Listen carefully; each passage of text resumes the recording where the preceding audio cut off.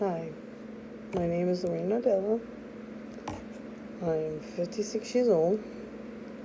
I'm from Myrtle Beach, South Carolina, originally from Queens, New York.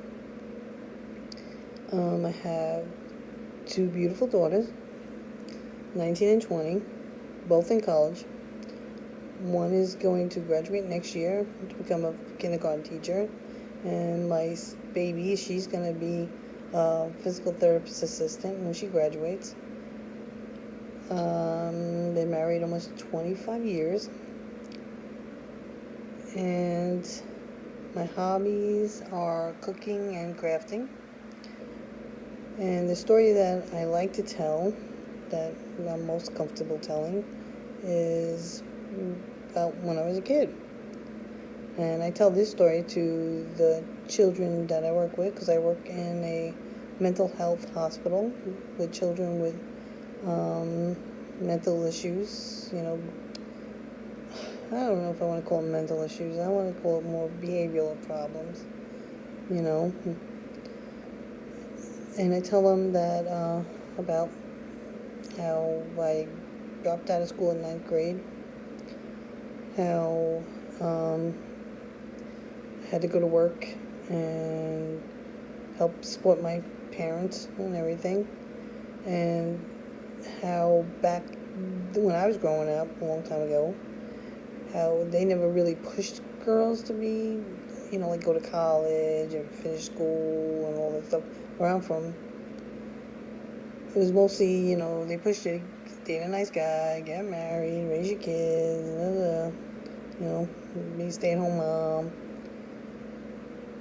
So, had my children and everything, but I always wanted to finish because I always wanted to make sure my kids knew that I graduated somehow. You know what I mean? I never wanted them to think that I failed.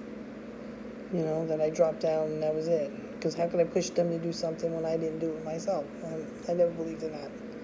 So I tell them this story, and told them when I got my GED, I was 42 years old. And because, I was working, my kids had softball, basketball, whatever. So I didn't have time to do my thing. But as I got older, I found the time to,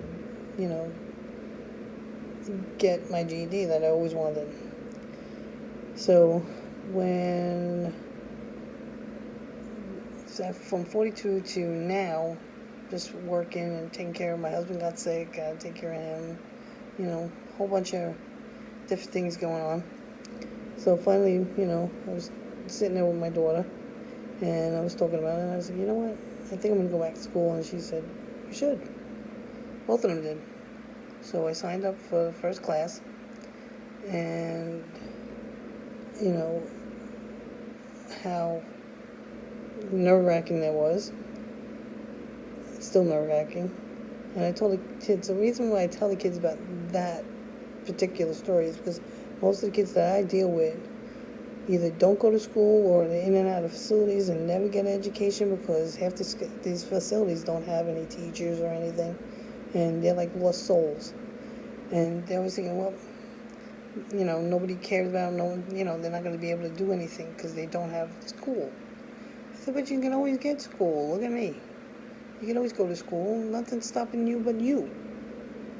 You can only be this young for so long. When you hit 18, you take your GED, do what you got to do, and you can go to college.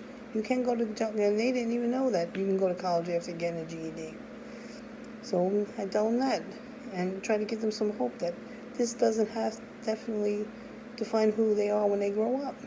That this moment in their time is not going to create the people they think they're going to be. They have to create the people that they're going to be.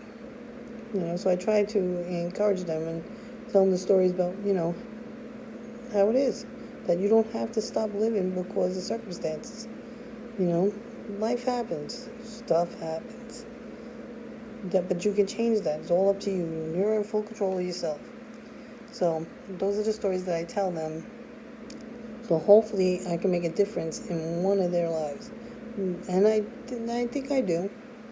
Because some of them reach out to me and tell me that they're moving on to college and they, going to graduate. So that's the thing, you never give up. You can always teach an old dog new tricks. Thank you.